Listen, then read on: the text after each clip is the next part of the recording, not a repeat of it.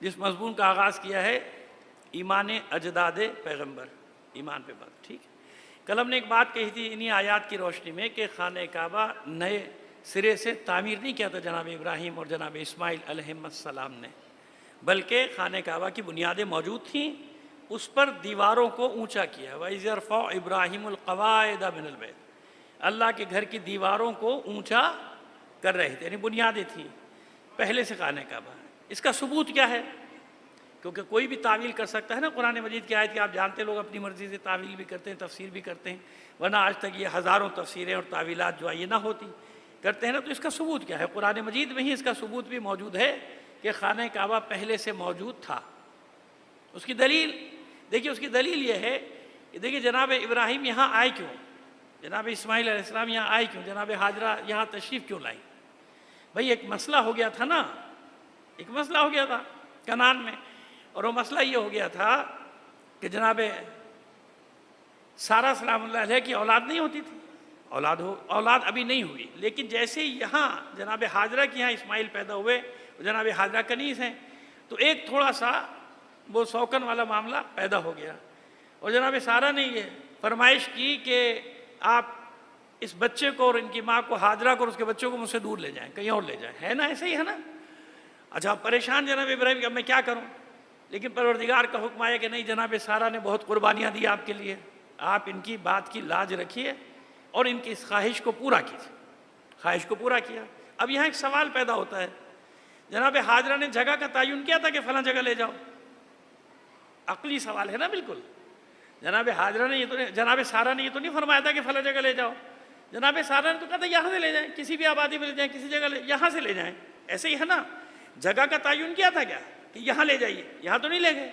तो जनाब इब्राहिम अलैहिस्सलाम सारी बस्तियों को छोड़ के, आबादियों को छोड़ के ये बेआब हो गया आबादी में क्यों आए? सवाल तो ये है ना अपनी जगह, जो सारी बस्तियों को, आबादियों को छोड़ के यहाँ क्यों आए कि जहाँ परिंदा भी ऊपर से नहीं गुजरता। क्यों नहीं गुजरता? भाई नीचे कुछ है ही नहीं, ना पानी है ना सब्जा है, संगलाख पहाड़ है, संगलाख चट्टाने, यानी सूरज जब पड़ता है तो ऊपर की गर्मी अलग और पहाड़ों की तपिश अलग। अब तो बिल्डिंगें बहुत बन गई, लेकिन 87 में जब मैं पहली बार गया था तो यकीन माने महीना यही था जून जुलाई का, और जो हालत थी कि ऊपर से गर्मी अलग, नीचे से गर्मी अलग, ये तप रहे होते, पहाड़ तपते थे, लोहे के लगते थे, ऐसा लोहा जल रहा है, ये हालत हो जाती थी। अब यहाँ क्यों लेकर आए? वहां तो ये फरमाइश थी कि मुझसे दूर ले जाइए, यहां क्यों लाए? हाँ देखिए, अब इसी का जवाब कुरान मजीद में। वो जनाबे सारा की फरमाइश थी कि हाजरा और उसके बेटे को मुझसे दूर ले जाइए, और ये अल्लाह का हुक्म था कि यहां लाइए, ये अल्लाह का हुक्म था यहां लाइए। कहां?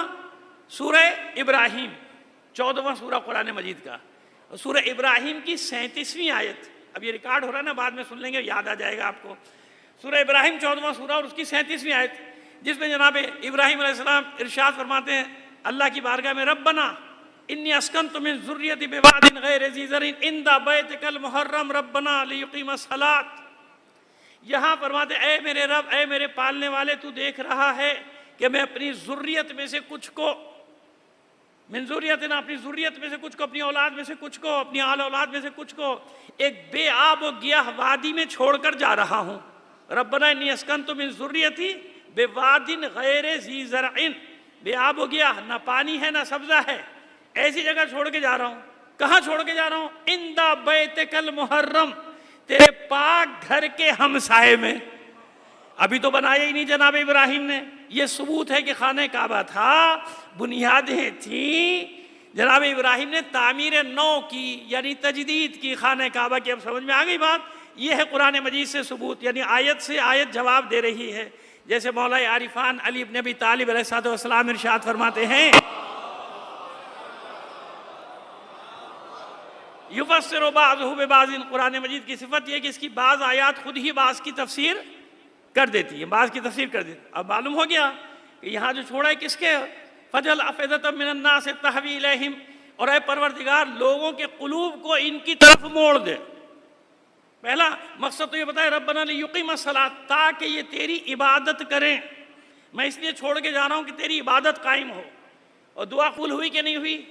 अल्लाह के हुक्म से आए थे ना, और फरमा कह रहे हैं कि इबादत होती रहे। तो कोई ज़माना ऐसा नहीं जाएगा ना जनाब इब्राहिम के बाद कि जब वहाँ अल्लाह की इबादत ना हो, चाहे 365 बुत भी रख दिए जाएं, तो एक गरोह बकौल दुआ के वजअल्ना मुस्लिमैन लक व मिन ज़ुर्रियतिना उम्मतन मुस्लिमतन लक, मेरी ज़ुर्रियत में, मेरी नस्ल में सबको नहीं जानते हैं सब कहाँ कहाँ जाएंगे, कैसे कैसे बन जाएंगे औलाद में, एक गरोह को तू इस्लाम पर बाकी रखना, मुसलमान बाकी रखना। हम उसी मुसलमान गरोह की तलाश कर रहे हैं। इंशाअल्लाह 9 दिन में पूरा अव्वल से आखिर तक आपको पहुंचा देंगे कि एक गरोह ऐसा हर ज़माने में रहा जो तौहीद परस्त था, जो अल्लाह की इबादत करता था, जिसने बुतों के सामने कभी सर नहीं झुकाया। एक और दलील दे दें, अभी चलते हैं सिलसिले से, जनाब अदनान के बाद औलादों का जिक्र करते हैं, लेकिन ज़रा सा मुकद्दिमा बना लेना आपके लिए ताकि आपको समझने में आसानी हो जाए हमारी बात। देखिए, कहत पड़ा मक्के में, हर सीरत ने लिखा, वो सीरत इब्ने इस्हाक़ इब्ने हश्शाम हत्ता के मौर्रिखीन ने भी लिखा, जिन्होंने माक़बले बेसत के हालात लिखे, हुजूर के अजदाद के हालात लिखे, सब ने लिखा। मैं हवाले देने लगूँ तो 100-150 जमा हो जाएंगे हवाले तमाम तरह। यही बात जो मैं कह रहा हूँ ये लिखा। कहत पड़ा, बुतों के सामने दुआएं मांगी, नहीं पूरी हुई। अच्छा, जिन्होंने बनाए थे उन्हें तो पता था, वो तो मांगते ही नहीं थे, वो तो उन्होंने बनाए इसलिए थे कि लोग आए और माल रख के जाएं, लोग आए और माल। जैसा वो सिलसिला जो थोड़ा सा मॉडर्नाइज हो गया, लेकिन जारी तो आज भी है ना कि लोगों को धोखा देने के लिए कुछ ऐसी चीज़ें तैयार कर लो कि भैया माल आता रहे, इसकी मुराद पूरी हो या ना हो, मेरी मुराद पूरी होती रहे, है ना। वो एक ज़माने में, मेरा ख्याल है शायद 20 साल हो गए होंगे या इससे ज़्यादा या कम, बहरहाल मुझे याद है कि मरीख का चक्कर चला था कि मरीख फला उसमें आ गया, ये वक्त होगा, तावीज़ लिखा जाएगा। तो ऐसा हाँ भाई है, हम भी जानते हैं कि कुछ ना कुछ होता है हकीकत, उस वक्त में दुआएं मांगी जाएं तो पूरी होती है, मुस्तजाब होती है, ठीक है। लेकिन फिर वो ऐसा चक्कर चला कि पूरे शहर, क्या पूरे पाकिस्तान में बैनर लगे हुए थे, और उन बैनरों पे क्या लिखा हुआ था? दौलत की बरसात। क्या लिखा होता था? दौलत की मुश्तरी, हाँ मुश्तरी, मरीख की नहीं, मुश्तरी, माजरत, वो मुश्तरी की वो लौह बन रही थी एक। अच्छा, उस लौह की आपको एक ख़ास बात बताएं, वो एक ही लौह थी, वो 300 रुपये की भी थी, वो 3 लाख रुपए की भी थी। यानी पार्टी देख के कीमत बताते थे कि 300 वाला भी ना भागे, 3000 वाला भी ना भागे, 30,000 वाला भी ना भागे, 3 लाख वाला भी ना भागे। और मैं हैरत ज़दा रहता था, एक जगह मैं भी ज़ारे किताब खाने की वजह से वहाँ जाके बैठता था, तो मैं हैरत ज़दा रहता था कि जो साइकिल पे आ रहा है उसको भी मुश्तरी चाहिए, वो लोहे मुश्तरी चाहिए, स्कूटर पे आ रहा है उसे चाहिए, कार पे आ रहा है उसे चाहिए, मर्सिडीज़ पे आ रहा है उसे भी चाहिए। बोलेगा भैया कोई हद है, पहले करोड़ों अरबों का मालिक है, मजीद चाहिए। तो समझे, तो लोगों की नफ्सियात से खेलने का सिलसिला आज का नहीं, ये हमेशा से है। बस वो ज़ाहिरी बुत थे, लात मिनात हुबुल इज़्ज़ा, अब लोगों ने अपने लोगों की नफ्सियात को देख के बना लेते हैं कि कहाँ से इनसे माल खींचा जा सकता है। सलावत भेजिए मोहम्मद आले मोहम्मद पर, है ना। अब इससे आगे अगर जाऊंगा तो बड़ी खतरनाक मंजिलें आ जाएंगी, फिर पानी नशेब में मरने लगेगा, मेरी मुसीबत आ जाएगी। पहली बहुत सारी मुसीबतें ली हुई हैं, एक और मुसीबत आ जाएगी। सलावत भेजिए मोहम्मद आले मोहम्मद पर, समझ गए आप। बल्कि बाज़ औक़ात तो मुझे हुकूमतों की हिमाकतों पे अफसोस होता है, इतने बड़े बड़े अस्पताल बना दिए, ये बना दिए कैंसर हार्ट में फला फला फला फला, हालांकि ऐसे ऐसे बैठे हैं माशाल्लाह अपने मोहल्लों में ये जो कैंसर का भी इलाज कर देते हैं, जो सारे इलाज कर देते हैं, झाड़ फूंक करके सारे इलाज कर देते हैं। ये बेवकूफ़ हैं जो डॉक्टर बैठे हुए हैं सारे, जिनको उलमा भी दिखाते हैं। अच्छा, खुद बीमार होता है तो खुद वो पानी नहीं पीता, खुद जाके इलाज कराता है, क्योंकि उसको पता है कि ये तो मैंने बनाया हुआ है सिलसिला। अभी से ज़्यादा मैं और क्या अर्ज़ करूँ आपकी खिदमत में, एक बार और सलवात इनायत फरमाइए। तो बात समझ में आई। लेकिन ये सारे अदवार एक ख़ानदान ऐसा चला रहा है कि जहाँ असलाब शामिखा और अरहाम मुताहरा की गवाहियाँ हैं कि जिनमें से किसी एक ने भी जहाँ जहाँ नूर नबुवत, नूर रिसालत, नूर इमामत है, वो पेशानियाँ कभी बुतों के सामने नहीं झुकी हैं। बहुत सारी चीज़ें एकदम मेरे दिमाग में आ गई हैं, लेकिन मैं बड़ी शिद्दत से कंट्रोल कर रहा हूँ कि जो वादा किया है पहले वो आपसे पूरा कर लूँ।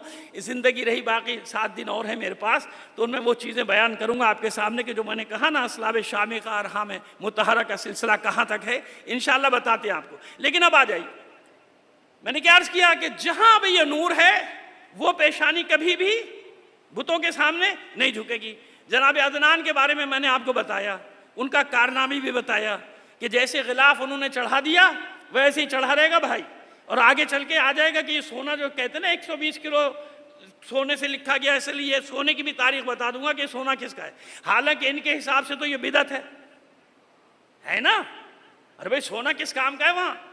हम पर यही तो एतराज़ होता है, ये चढ़ाते हो वो चढ़ाते हो, तो खाने काबा के ऊपर 120 किलो सोना तुमने चढ़ाया हुआ है, दरवाज़ा पूरा सोने का है। ये सवाल याद रखिए, इन सब के जवाब दूंगा आगे की मजलिस में, जब जनाब अब्दुल मुत्तलिब का दौर आएगा सब बता देंगे आपको, हैं। लेकिन वो चढ़ा ना सोने का, भाई क्यों लगाया हुआ है सोने का दरवाज़ा? बिदअत नहीं हो गई? सोने के धागे से क्यों लिखा गया है? खाने काबा पे सारी आयात, बिदअत नहीं हो गई? नहीं होगी। क्यों नहीं होगी? जवाब हम देंगे आपको, तारीखी जवाब देंगे। किसी की हिम्मत भी नहीं कि ये इसमें ज़रा सा अपनी अक्ल के तीर चला दे। अब आइए, अदनान ने काम किया क़यामत तक के लिए। अगर ये काम गलत होता तो कभी भी अल्लाह का रसूल इस सुन्नत को जारी ना रखता, कहा नहीं जैसा बना था वैसे ही रहने दो। लेकिन आपने इम्जा किया, यानी सही किया इस काम को, नहीं जो मेरे जद अदनान ने किया था वही अल्लाह की मर्जी है, लिहाजा गिलाफ चढ़ेगा, हमेशा चढ़ेगा, और इसी रंग का चढ़ेगा जिस रंग का मेरे जद ने चढ़ाया था। कल भी मैंने अर्ज़ किया था कि बच्चों को ज़रा कंट्रोल रखें, ये बहुत मेरी मजलिस में डिस्टर्बेंस करते हैं, ये ऐसे ही घूमते फिरते सारे उठ के आ जाते हैं, मुसीबत होती है। मजलिस सुनने वाले बच्चे आराम से बैठते हैं, मुझे बच्चों से बहुत प्यार है, मैं अपनी मजलिस में बच्चों को आगे बिठाता हूँ, लेकिन कुछ पता नहीं क्या सोच के आते हैं, बीच में चलते रहते हैं, मीटिंगें करते रहते हैं, आते रहते हैं, जाते रहते हैं, मेरी मुश्किल हो जाती है। देखिए ये सब सिलसिला चलता रहेगा। ये देखिए माशाल्लाह, देख रहे हैं हम, आप ऐसा लग रहा है कि हम पार्क में बैठे हुए चहलकदमी हो रही है। सलावत भेजिए मोहम्मद आले मोहम्मद पर।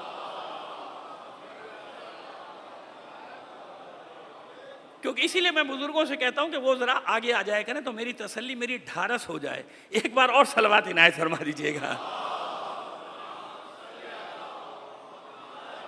आइए, अब जनाब अदनान के बाद उनके बेटे माद, कल आपको बता चुका कि जनाब अदनान ने हिजरत की थी ना, बख्त नसर का हमला हुआ, आपने मुकाबला किया, मर्दानावार, साथी भाग गए, सब बुरा मक्का भाग गया उन्हें अकेला छोड़ के। तो जनाब अरमिया जो ज़माने के पैगंबर हैं, पैगंबर होते थे, नबी थे, कोई कहता ना कि जनाब ईसा के बाद को पैगंबर, उस तरफ पैगंबर क्यों नहीं आए थे ना भाई, जनाब अरमिया का है जिक्र तारीख में।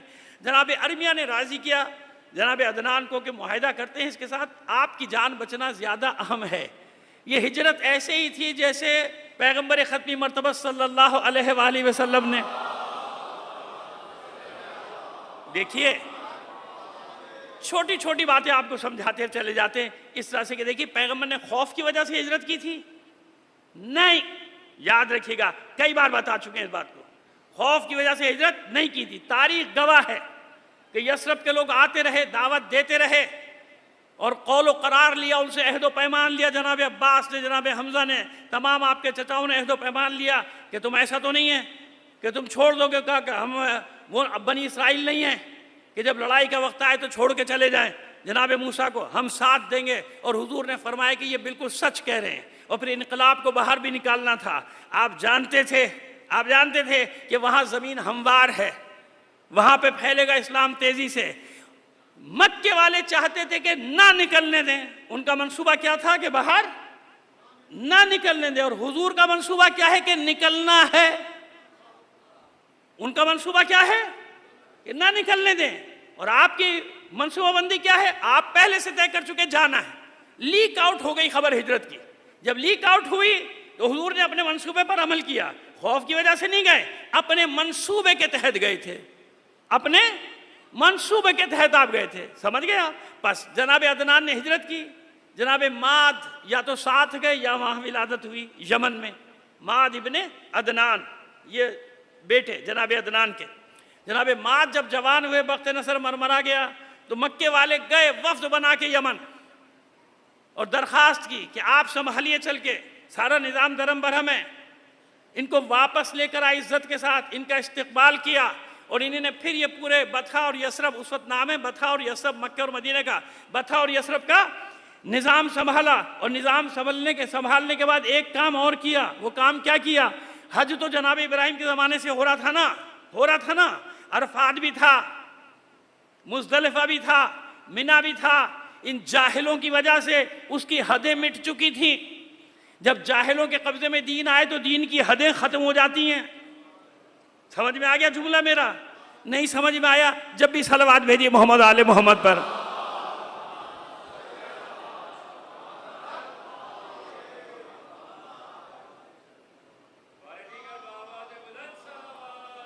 अल्लाहुम्मा सल्ली अला। समझ में आया कि वो अपनी खुशगप्पियों में मेले लगाने के चक्कर में उन्होंने दीन की हदें खत्म कर दी थी। ना किसी को अरफात का पता था, ना मुज़दलिफ़ा का, ना मिना का। बस हर साल आते थे, मेला बनाया, चलो भाई चलो, हो गया, मेला लग गया, झूले चल रहे हैं, गाड़ियाँ चल रही हैं, यही होता है ना। वो बेचारे जाइए औलिया अल्लाह जिन्होंने दीन फैलाया, देखिए उनके रोज़ों पे क्या हो रहा है। वो बेचारे भी अंदर कब्रों में रोते कि लो हम इनको दीन बताने आए थे, ये हमारी कब्र पे मेला लगा के बैठा हुआ है भाई, है ना। तो समझा रहा हूँ सबको, यहाँ हर किस्म के लोग बैठे हैं, खबरदार, ये औलिया अल्लाह के मज़ारात इसलिए नहीं होते कि यहाँ तमाशे किए जाएं, वरना उनका हाथ होगा, तुम लोगों के गिरबान होंगे कि हमारे रोज़ों पे आके ये सब हरकतें करते थे तुम। हम तुम्हें इंसान बनाने आए थे, हम तुम्हें अल्लाह का बंदा बनाने आए थे, और तुमने क्या किया हमारे साथ कि हमारे नाम पे सारे अपनी कारीगरियां दिखाते थे। बस क्या किया जनाब बात ने? हुदूद मुअय्यन की, खबरदार, कहीं कुछ करते हो, कहीं कुछ कर रहे हो, कहीं कुछ कर रहे हो, ये अरफात की हुदूद है, यहाँ 9 ज़िलहज को आके तुम्हें ठहरना है, ये हद है। मुज़दलिफ़ा के बाकायदा साथ लेके गए अपने ख़ानदान के लोगों को, बड़े बड़े पत्थर आज तक उनमें से 2-4 पत्थर यादगार के तौर पे मैंने खुद देखे मौजूद है। लेकिन जो बेचारा हाजी परेशान हाल होता है ना, मालूम है आपको, अरफात में मुज़दलिफ़ा, उसको ये सब चीज़ों की तो होती नहीं, उसको तो भाई ये हज करो बस, है ना, ये होता है। लेकिन हमने बाद में जाके उन चीज़ों जगहों का मुशाहिदा किया, तो जनाब वो हदूद मुअय्यन की ये है। इसके बाद मुज़दलिफ़ा की हद और फिर मिना की हद बनाई, इसे बाहर ना निकलना, ये मिना है, इसे यहाँ पर आके जमाओ, हुदूद मुअय्यन कर दी। तो जनाब इब्राहीम और जनाब इस्माइल अलैहिस्सलाम के बाद पहला फ़र्द जिसने हरम की हदें मुकर्रर की, उसका नाम है माद इब्ने अदनान। माद इब्ने अदनान। तो अगर ये ज़माने जाहिलियत का फ़ेल होता तो जब हुजूर से पूछा गया कि अरफात की हद क्या है, मुज़दलिफ़ा की हद क्या, मुज़दलिफ़ा यानी मशअरुल हराम, मशअरुल हराम की हद क्या है, मिना की हद क्या है, तो हुजूर ने ऐलान किया कि जो मेरे जद माद ने हदें मुकर्रर की थी वही अल्लाह की बनाई हुई हदें हैं। यानी इसका मतलब ये हुआ कि जनाब माद जानते थे ना जनाब माद कि अल्लाह की हुदूद क्या है, अल्लाह ने कौन सी हुदूद मुकर्रर की हैं। और फिर बहादुर इतने के जनाब खमीस, तारीख़ खमीस लिखता है कि लम युहारिब अहदन इल्ला रजअन बिन नस्र व ज़फ़र, अपने ज़माने का शजा तरीन फ़र्द, और इनमें से जिसका जिक्र कर रहा हूँ याद रखिए, अपने ज़माने में उससे बड़ा बहादुर कोई नहीं, क्योंकि यही वो असलाब शामिखा हैं जहाँ नूर रिसालत भी है, नूर हैदर कर्रार भी है। और जिस सुल्ब में नूर हैदर कर्रार हो वो कभी मैदान को पुष्ट नहीं दिखाया करता। चलिए, सोच रहा था बाद में दलील दूं, बात आ गई ज़बान पे तो मैं रोकूंगा नहीं, इस दलील को एक बार और सलवात भेजिए मोहम्मद आले मोहम्मद पर। आइए बताते हैं आप। देखिए कुरान मजीद में जनाब मूसा और फिरौन मलऊन के मारिके का जिक्र है, ठीक है। जनाब इब्राहीम और नमरूद के मारिके का जिक्र है, ठीक है। याद रखिए जनाब मूसा अलैहिस्सलाम ने कई बार अपने खौफ का इजहार किया है कुरान मजीद, जाते इन्नी अखाफ, परवरदिगार मुझे खौफ है, ये मुझे कत्ल कर देगा, उक़्तुलूनी, ये मुझे मार देगा, तो मैंने एक जुर्म के इनका आदमी मारा हुआ है ना, ये मुझे मार देगा, कई बार। और हर बार परवरदिगार आलम फरमाता था ला तखफ ला तखफ ला तखफ, मत डरें, जाए मैं साथ हूँ, इन्नी माकुम, मैं तुम्हारे साथ, मैं आपके साथ, इन्नी माकुमा, मैं तुम दोनों के साथ हूँ, जाओ आप दोनों जाइए, मैं आपके साथ हूँ, मत डरिए। खौफ का इजहार हुआ ना। जनाब इब्राहिम को जब आग में फेंका जा रहा है, किसी खौफ का इजहार किया? बुतों को तोड़ते वक्त कोई खौफ का इजहार किया? कोई भी नहीं है साथ, अकेले हैं, नौजवान हैं, डट गए नमरूद के मुकाबले में दरबार में जाके। कहीं जनाब इब्राहिम के खौफ का इजहार? क्या मसला है, मसला क्या है, ये मसला हल करते हैं आपका। देखिए तवज्जो है ना आपकी, हमने कहा ना खाली नहीं जाएंगे किसी भी दिन, आपको कोई ना कोई मतलब दे के जाएंगे जो आपको याद रहेगा इंशाअल्लाह। और आपके काम आएगा, दुनिया में हर जगह काम आएंगी। ये दलीलें जो मैं आपको दे रहा हूं। देखिए, दो बेटे, इस्माइल और जनाबे इसहाक, दो बेटे हैं ना। जनाबे इसहाक बाद में हो गए ना, जनाबे सारा से जनाबे इसहाक पैदा हो गए। जनाबे इसहाक और जनाबे इस्माइल, ठीक है। जनाबे इसहाक के बेटे जनाबे याकूब, कौन है? जनाबे याकूब, ठीक है, समझ में आ रही है बात। जनाबे याकूब का लक़ब है इसराइल। इसराइल यानी अब्दुल्ला, इब्रानी जबान में अल्लाह का बंदा, इसराइल। जनाबे याकूब के हैं 12 बेटे। कितने बेटे हैं? जनाबे यूसुफ अलैहिस्सलाम समेत 12 बेटे। लिहाजा वो कहलाए बनी इसराइल। क्या कहलाए? बनी इसराइल में 70,000 के लगभग अंबिया, कमोबेश। सही तादाद तो किसी को भी नहीं मालूम ना भाई, कौन सही तादाद बता सकता है? 70,000 अंबिया, यानी जनाबे सारा के रहमे मुबारक से जो अंबिया की तादाद है वो 70,000 से भी ज्यादा, ऐसे ही है। और जनाबे इस्माइल की नस्ल में कोई नबी नहीं। जनाबे हाजरा के बेटे हैं ना, जनाबे इस्माइल, कोई नबी नहीं। एक नबी आएगा बस, आखिरी, है ना। अब वहां देखिए, मनसब जनाबे सारा को भी दिया, जनाबे सारा को ये दिया मनसब के 70,000। उनकी नस्ल में कितने नबी? अब हम 70,000 के लफ्ज इस्तेमाल करेंगे, कमोवेशवरों को छोड़ दिया। आप बात आपकी समझ में आ गई, हमारे लिए काफी है। 70,000 अंबिया का एजाज दिया, लेकिन जनाब इस्माइल की नस्ल में कोई नबी नहीं, दरमियान में एक नबी। जनाब इब्राहिम जब आग में फेंके जा रहे थे तो सुल्ब मुताहर इब्राहिम में नूर मोहम्मद और नूर अली है या नहीं है? है ना, है कि नहीं है? तो बस जब आग में फेंका जा रहा था, हालांकि जिब्राइल आए भी थे, कोई सवाल का तुमसे कैसा सवाल? उसके इश्क में जल रहा हूं, जलने दो, है ना। ये ना, सिद्क़े खलील भी है इश्क, सब्रे हुसैन भी है इश्क, मारिके वजूद में बद्रो हुनैन भी है इश्क। मैं इश्क में जल रहा हूं। वो चाहता है जल जाऊं तो जल जाऊंगा, और अगर वो बचाना चाहता है तो वो बचाएगा। तुमसे कैसा सवाल? ऐसे ही है ना, खुलासा किया है, वरना पूरी मजलिस पढ़ सकता हूं जनाब इब्राहिम की इस बहादुरी और शजात। तो जब फेंका जा रहा था तो सुल्ब में नूर हैदर करार है या नहीं, नूर मोहम्मद है या नहीं? तो जिस सुल्ब में ये नूर होगा वहां खौफ होगा। ये सुल्ब, ये नूर सुल्ब इब्राहिम से कहां मुंतकिल हुआ? इसहाक में या इस्माइल में? कहां मुंतकिल हुआ? इस्माइल में, जनाब इसहाक में नहीं। लिहाजा जनाब मूसा के सुल्ब में ना नूर मोहम्मद है ना नूर अली, इसलिए खौफ का इजहार है। जहां जहां औलाद इस्माइल में ये नूर मुंतकिल हो रहा है, वो अकेला भी खड़ा रहा तो खड़ा रहा। क्यों? इसलिए कि उसके सुल्ब में नूर हैदर करार है।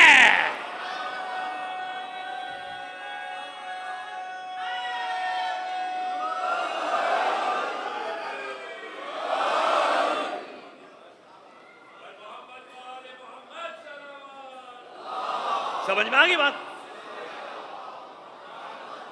अब ये है जनाब माद इब्ने अदनान, लम युहारिब अहदन इल्ला बिन नस्र व ज़फ़र।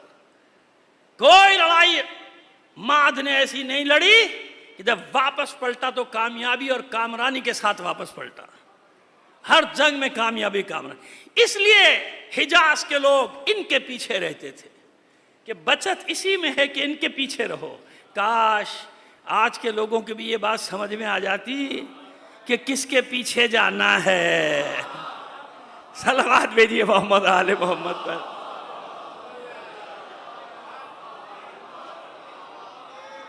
तो जनाब ये है माद इब्ने अदनान के जिन्होंने हुदूद मुअय्यन। अब इनके बेटे नज़ार, मुख्तसर जिक्र करेंगे क्योंकि सबका जिक्र करना है 7 दिन में। बात है कि आप तक पहुंचाना है कि सिलसिलेवार के कहां कहां मैं जिक्र करूं। नज़ार माद के बेटे जब ये पैदा हुए तो जनाब माद ने लिखा है मौर्रिखीन ने कि 1000 ऊंटों की कुर्बानी दी। कितने ऊंटों की? यानी पूरे हिजाज को कई महीने तक खाना खिलाने का इंतजाम करते रहे। अबू तालिब भी तो उन्हीं का बेटा है, अब्दुल मुत्तलिब भी तो उन्हीं का बेटा है, और ये सारे भी तो उन्हीं के ग़ुलाम हैं। लिहाजा खुदा का शुक्र है कि पूरी मुआशियात भी फेल हो जाए ना मुल्क की, ये 2 महीने 8 दिन में जितना खिलाते हैं 12 महीने मजलिसें खुली छोड़ दो, कोई भूखा नहीं मरेगा पाकिस्तान में। चैलेंज कर रहा हूँ मैं, माहिर मुआशियात नहीं भाई, मैं गोरख धंधों को नहीं जानता आदाद व शुमार के, मगर मैं इतना जानता हूँ कि जिस अज़ादारी के पीछे तुम पड़े हुए हो 2 महीने 8 दिन के बजाय 12 महीने का कर दो, फिर मुझे बताना कि पाकिस्तान में कहाँ कोई भूखा है। क्यों? ये सुन्नत है भाई, सुन्नत इब्राहिमी। ज़ैफ़ इब्राहिम मशहूर थे, इब्राहिम के मेहमान मशहूर थे। समझ में आ रही है हमारी बात? चलिए आगे लेके चले। तो नज़ार के लिए, और फिर कहते हैं कि इसके लिए ये भी कम है। लोगों ने कहा ना, एतराज़ कर रहे, भाई क्या कर रहे हो, ऊँट पे ऊँट, ऊँट पे ऊँट, कितने दिन तक काटोगे? 10 आज काट दिए, 100 आज काट दिया। का इसके लिए ये भी कम है भाई, इसके लिए ये भी। क्यों? मेरे इस बेटे की पेशानी में नूर नबुव्वत है। आओ ईमान की बात करो अजदाद पैगंबर की हमसे। ये मौर्रिखीन ने लिखा है, मैं कहीं से गढ़ के नहीं ले आया। इस मेरे बेटे की पेशानी में नूर नबुव्वत चमक रहा है। लिहाजा पूरा अरब एहतराम करता था, जानते थे। इसका मतलब ये हुआ ना कि जहाँ नूर नबुव्वत है वहाँ ईमान ही ईमान है कि नहीं है? ईमान। अब इस नज़ार ने क्या काम किया? बोलते अरबी थे, लिखते इब्रानी थे, क्योंकि तहरीर रस्मुल ख़त मौजूद नहीं था। बोलते थे सब अरबी, लेकिन इब्रानी में लिखते थे क्योंकि रस्मुल ख़त नहीं था। ये वो पहला फ़र्द है तारीख़ बशरियत का, यानी जानता है ना कि कुरान किस ज़बान में नाजिल होने वाला है।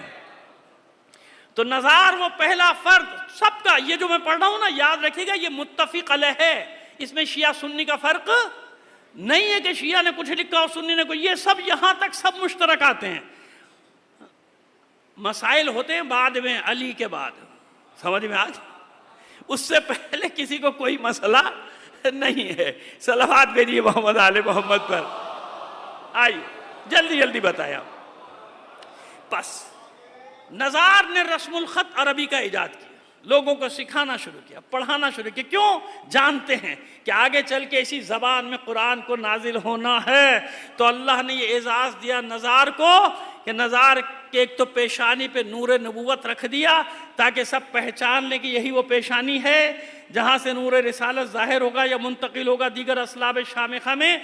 और दूसरी बात है कि अरबी लिखना सिखाते थे, ज़मीन पे लिखना सिखा रहे, पत्थर पे लिखना सिखा रहे, छाल पे लिखना सिखा रहे कि ये हमारी ज़बान है, इस ज़बान को लिखना सीखो। तो पहला रस्मुल ख़त ईजाद करने वाले का नाम है नज़ार, हुजूर के अजदाद में से एक जद। अब शर्जा क्या बना? नज़ार इब्ने माद इब्ने अदनान इब्ने अदद या उदद। समझ में आ गई बात? सलावत भेजिए मोहम्मद आले मोहम्मद पर। नज़ार के, जनाब नज़ार के जो बेटे हैं उनमें 2 बेटे बहुत मशहूर, एक मुज़िर और एक रबिया, जिनका जिक्र कल मैं करूँगा। एक का मुज़िर का जिक्र करूँगा। यही वो बनी रबिया कहलाए आगे चल के, कि जिनकी मिसाल अल्लाह का रसूल देता है जब रमज़ान के शुरू होता है, यानी रमज़ान का चांद नज़र आता है, तो बताते हैं कि इतने अफराद को अल्लाह बख्श देता है। या शब कद्र के बारे में भी रिवायत है कि बनी रबिया के भेड़ बकरियों के बालों के बराबर, क्योंकि बनी रबिया बहुत बड़ा कबीला। तो ये रबिया बेटे थे, दूसरे बेटे थे मुज़िर। मुज़िर का हमें जिक्र करना है क्योंकि नूर मुंतकिल हुआ माद से कहाँ? माद से नज़ार, नज़ार से मुज़िर। इंशाअल्लाह ये सारी चीज़ कल आ जाएगी। अब हम, क्योंकि आपको मालूम है कि एक के बाद एक प्रोग्राम समेटते हैं, मसाइब को भी थोड़ा सा ज़्यादा वक्त देना होता है, तो अब सुनिए आगे लेकर चले। आपको इतना मालूम हो गया कि असलाब शामिखा का क्या मतलब है, अरहाम मुतहरा का क्या मतलब है। और यकीन जानिए, मैं सिर्फ मर्दों का जिक्र कर रहा हूँ, यकीन मानिए इनमें से एक एक की वालिदा अपने ज़माने की पाक व ताहिर वालिदा खातून, सबका जिक्र अलग कर सकता हूँ कभी इंशाअल्लाह, ज़िंदगी रही अय्याम फ़ातिमिया में उन माओं का जिक्र करूँगा जिन्हें हुसैन की ज़ियारत में आप कहते हैं अरहाम मुतहरा। अशहदु अन्नका क़द क़मत सलात व अतैत ज़कात अमरत बिल मारूफ़ व नहैत अनिल मुनकर। सलावत भेजिए मोहम्मद आले मोहम्मद पर। अशहदु अन्नका कुंता नूरन फिल असलाब शामिखा वल अरहामिल मुतहरा। हुसैन आप वो नूर हैं, वो नूर हैं जो असलाब शामिखा और अरहाम मुतहरा में मुंतकिल होते रहे। इसलिए हुसैन वारिसे अंबिया करार पाते हैं। तमाम अंबिया की जहमतों को बचाने वाले फर्द का नाम है हुसैन। और इस हुसैन के लिए अल्लाह का रसूल क्या फरमाता है? आप फरमाते इन्ना लिक़त्लिल हुसैन हरारतुन फी क़ुलूबिल मोमिनीन ला तबरुदो अबदा। हुसैन के कत्ल में मोमिनीन के दिलों में गर्मी है, जोश है, हरारत है, आग भड़क रही। इन्ना लिक़त्लिल हुसैन हरारतुन फी क़ुलूबिल मोमिनीन, एक ऐसी गर्मी है, ऐसी हरारत है, ऐसा जोश है मोमिन के दिलों में, ला तबरुदो अबदा, जो कभी भी खामोश नहीं, कभी भी ठंडी नहीं होगी। ये वो आग है जिसने 1400 साल से आपको आग और खून के समंदर से कामयाब निकाला है। हर जमाना आज का नहीं, आज तो आप मौजूद है ना भाई, तो आप परेशान हैं। वैसे मोमिन परेशान नहीं होता, मैंने मजाजन एक जुमला कह दिया कि आप परेशान हैं। 1400 साल की तारीख तो पड़ी है, कौन सा ज़माना आप पे आराम से गुजरा, जरा मुझे बता दीजिए। शुरू हो जाइए शुरू से, मौलाए आरिफान के बाद से, कौन सा ज़माना आराम से गुजरा? कभी भी नहीं। किसी जगह वक्ती तौर पर कोई सुकून मिल गया, वरना 14 सदियों से तशय्यो आग और खून के समंदर को पार कर रहा है, निकल रहा, कामयाब निकल रहा। क्यों? हुसैन हुसैन हुसैन। याद रखिए, सैकड़ों मज़ाहिब पैदा हुए हैं, सैकड़ों, और खत्म हो गए, मिट गए, फना हो गए। कितने ही फिरके बने, खत्म हो गए, नाबूद हो गए। किसी पर इतनी मुसीबतें नहीं पड़ी जितनी आले मोहम्मद के चाहने वालों पर पड़ी हैं। इतने मसाइब, इतनी सदियों के मसाइब किसी पर नहीं पड़े। किस चीज ने जिंदा रखा? उस हरारत ने जो दिलों में है, वो हौसला देती है। हुसैन की अज़ादारी क्या करती है? हौसला, हिम्मत देती है। हुसैन जानते, आप खुद फरमाते हैं ना, क़तीलुल अबरा, मैं कुश्ते अश्क हूं, मैं कुश्ते अश्क हूं, ना क़तीलुल अबरा, मैं कुश्ते अश्क। क़यामत तक आंखें हुसैन के गम में नम होती रहेंगी। उस हुसैन को, वो हुसैन जिस हुसैन को सैयद सज्जाद 35 साल रोते रहे हो, है ना? क्या है वो हुसैन? और मेरा सलाम, मैं तो हकीर नाचीज़ फ़कीर गुनाहगार हूँ, मलाइका का सलाम है,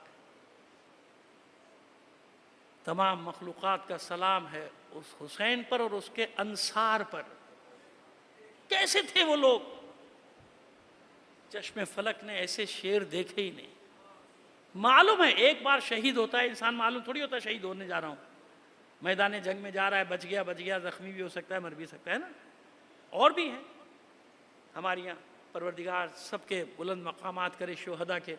सारे शोहदा घर से शहीद होने के लिए थोड़ी निकले थे, है ना। लेकिन करबला कैसा मारिका है, एक एक फर्द जानता है कि मुझे कत्ल होना है। ये आसान नहीं है, सुनना आसान है। बच्चा बच्चा जानता है कि मुझे कत्ल होना है। हर बीवी जानती है कि हमारे मर्द कत्ल हो जाएंगे, हमारे बच्चे कत्ल हो जाएंगे, है ना ऐसा। अब बताइए वो अंसार कैसे होंगे हुसैन के, वो साथी कैसे होंगे हुसैन के। और जिन लोगों ने छोड़ा, क़यामत तक मलामत का निशाना बनते रहेंगे। हर जंग का फैसला उसी वक्त थोड़ी होता। कल भी मैंने अर्ज़ किया कि आप समझ रहे जंग का फैसला हो गया, जंग खत्म, नहीं।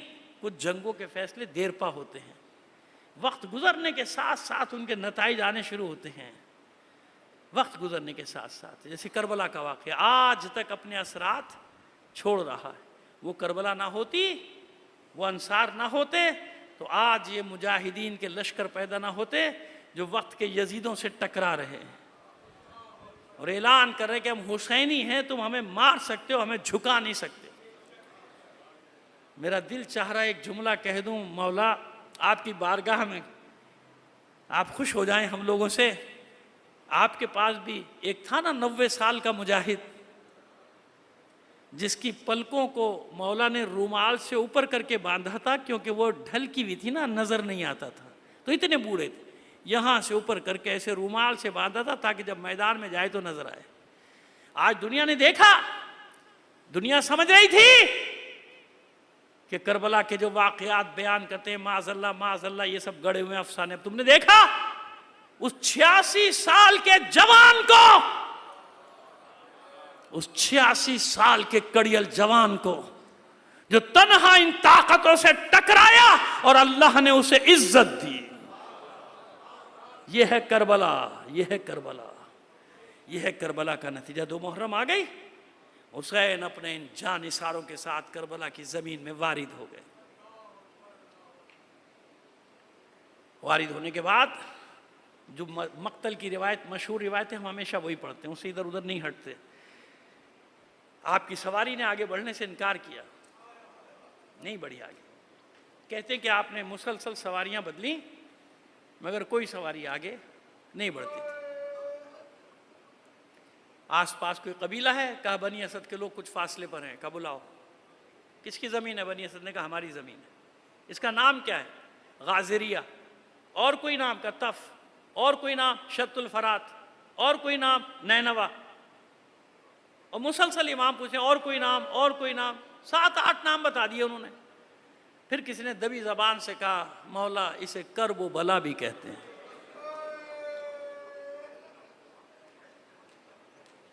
लेकिन है फर्जंद रसूल, हमारी दरख्वास्त है, इल्तिजा है कि आप यहाँ ठहरने का कस्द न कीजिएगा। हम सुनते चले आ रहे हैं कि यहाँ से कोई नबी या नबी ज़्यादा गम देखे बगैर नहीं गया, मुसीबत देखे बगैर नहीं गया। बस इमाम ने इतना सुना, उतराए सवारी से कहते हुए इन्ना लिल्लाहि व इन्ना इलैहि राजिऊन। अब्बास सवारियाँ बिठा दो, महमिलें उतार दो। जिस जगह का वादा था उस जगह हम पहुंच गए। यही हमारे सवारियों के ठहरने की जगह है, हमारे खेमे लगने की जगह है। यही हम कत्ल किए जाएंगे और यहीं से क़यामत के दिन उठाए जाएंगे। जमा किया, मर्द औरतें बच्चे सब जमा हो गए बनी असद के। ज़मीन के मालिक तुम हो? कहा कि हाँ मालिक हम हैं। और याद रखिएगा जो बताया गया है तारीखों में, तकरीबन 16 मुरब्बा किलोमीटर का ये इलाका है जो असल करबला। वैसे तो करबला पूरे सूबे का नाम है, जानते ना, पूरा सूबा है। वो जो करबला है जो ख़रीदी है हुसैन ने, वो है 16 मुरब्बा किलोमीटर। सौदा किया कि ज़मीन मुझे बेच दो। का फर्जंद रसूल हम आपको वैसे ही देते हैं। कहा नहीं, सौदा करो। सौदा हुआ, 60,000 दिरहम या 60,000 दीनार में सौदा हो गया। जो उस वक्त की कीमत थी उस ज़माने के हिसाब से हुसैन ने वो अदा कर दी। मुकातबा हो गया, क़िबाला लिख दिया गया कि ज़मीन हुसैन की, मेरी ज़मीन है, मेरा कब्ज़ा है, मैं अपने घर में हूँ। तो अच्छा देखो, ये ज़मीन मैं तुम्हें हिबा करता हूँ, ये ज़मीन मैं तुम्हें हिबा करता हूँ 3 शर्तों के साथ। पहली शर्त क्या रखी? देखो पहली शर्त यह है कि कुछ दिन बाद हम कत्ल कर दिए जाएंगे। हमारे कातिल अपने कुश्तों को दफनाएंगे, हमारे लाशें बेगोरो कफन छोड़कर चले जाएंगे। पहली शर्त यह कि हमारे लाशों को दफनाना। दूसरी शर्त, इस ज़मीन पे खेती बाड़ी ना करना। जानते हैं क्यों? ये एक तरफा मोहब्बत थोड़ी है कि बस आप याद करते हैं, हुसैन आपको याद नहीं करता। जानते हैं ना मेरे मौला हुसैन कि हर मौसम में मेरे चाहने वाले आएंगे, गर्मी सर्दी बहार ग़िज़ा हर ज़माने में आएंगे ना। तो अगर यहाँ खेती बाड़ी होगी, वो खेतियाँ पैरों में रौंद देंगे लाखों करोड़ों इंसान, तो लोग एतराज़ करेंगे कि हुसैन के अज़ादार आए थे, खेतियाँ बर्बाद करके चले गए। समझ में आए? हिकमत समझ में आई हुसैन की कि यहाँ खेती बाड़ी नहीं करोगे, मंजूर। तीसरी शर्त, देखो हमें दफनाने के बाद कब्रों के निशान बना देना, ये जो आज तक बने। जब हमारे चाहने वाले आएंगे एक मुद्दत गुजरने के बाद हमारी कब्रों की ज़ियारत के लिए, 3 दिन मेहमान रखना और उन्हें हमारी कब्रों के निशान बताना। अब आपकी समझ में आया ये जो मौक़ब लगते हैं इसकी तारीख़ क्या है? ये वो हुसैन से किया हुआ वादा है जो वहाँ के लोग पूरा करते हैं कि हुसैन के ज़ायर आ रहे हैं, इनको मेहमान रखो, 3 दिन मेहमान रखो। समझ में आई हमारी बात? मगर हुसैन की तसल्ली नहीं हुई कि अपनी ख़वातीन को बुलाओ। ख़वातीन आई, कि देखो अगर माहौल ऐसा होगा ना, और हुआ भी ऐसे ही हुआ था बाद में, अगर तुम्हारे मर्द डर जाए तो तुम चादरें पहनकर आना, हमारी लाशों को दफनाना। खवातीन से अहदो पैमान लिया, तसल्ली नहीं हुई हुसैन की, कहा अपने बच्चों को बुलाओ। सुनो मेरे प्यारे प्यारे बच्चों, सुनो। छोटे छोटे बच्चों को हुसैन ने बुलाया, दरमियान में हुसैन बैठ गए, चारों तरफ बच्चे। अब मैं चश्मे तसव्वुर से देख रहा हूं, कोई बच्चा हुसैन के इस जानू पर होगा, कोई इस जानू पर होगा, किसी के सर पे हाथ रखते होंगे, किसी को प्यार करते होंगे। जब मानूस हो गए बच्चे तो बच्चों से कहते हैं देखो बच्चों, अगर तुम्हारे माँ बाप डर जाए ना, तुम अपने घरों से निकलना, तुम तो बच्चे हो ना, खेलते खेलते आना, अपने नन्हे नन्हे हाथों से मिट्टी उठा के हमारे लाशों पर, हमारे लाशों पर डाल दे। अज़ादारों यही हुआ, बस खत्म कर रहा हूं, यही हुआ। वाक़े करबला तमाम हुआ। 12 मुहर्रम या 11 मुहर्रम को असीर जा चुके, अश्किया का लश्कर असीरों को लेकर चला गया।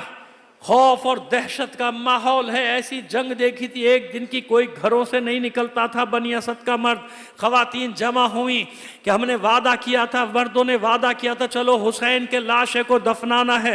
मर्दों के पास आई, चलो अब तो लश्कर चला गया, फर्जंद रसूल का लाशा बेगोरो कफन पड़ा है, चलो चलकर दफनाएं। मर्दों ने हाथ पकड़ पकड़ के घरों में बिठा दिया। अभी देखा नहीं कि क्या हुआ, क्या चाहती हो, बेवा बना दी जाओ, तुम्हारे बच्चे यतीम कर दिए जाए, बैठ जाओ घरों में। खवातीन समझ गई कि हमारे मर्द डर गए, जमा हुई, बच्चों को जमा किया। देखो बच्चों, तुमने भी वादा किया था, हमने भी वादा किया था, ये डर गए, इनको छोड़ो, आओ हम चलें जहरा के लाल का लाशा दफनाने के लिए।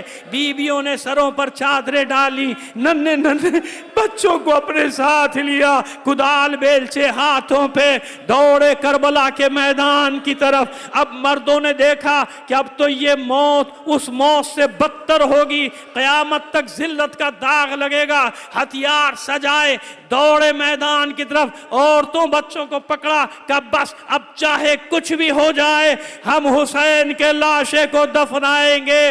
आज भी 12 मुहर्रम को बनी असद का कबीला इसी शान से आता है, आगे आगे मर्द, उनके पीछे खवातीन, पीछे बच्चे, कफन पहने हुए, कांधों पर शानों पर कुदाल बेलचे, आवाज लगाते हुए आते हैं, ऐनल हुसैन, ऐना अबनाउल हुसैन, ए हुसैन कहाँ है, ए हुसैन के बेटों कहाँ हो, देखो हम अपना वादा पूरा करने के लिए।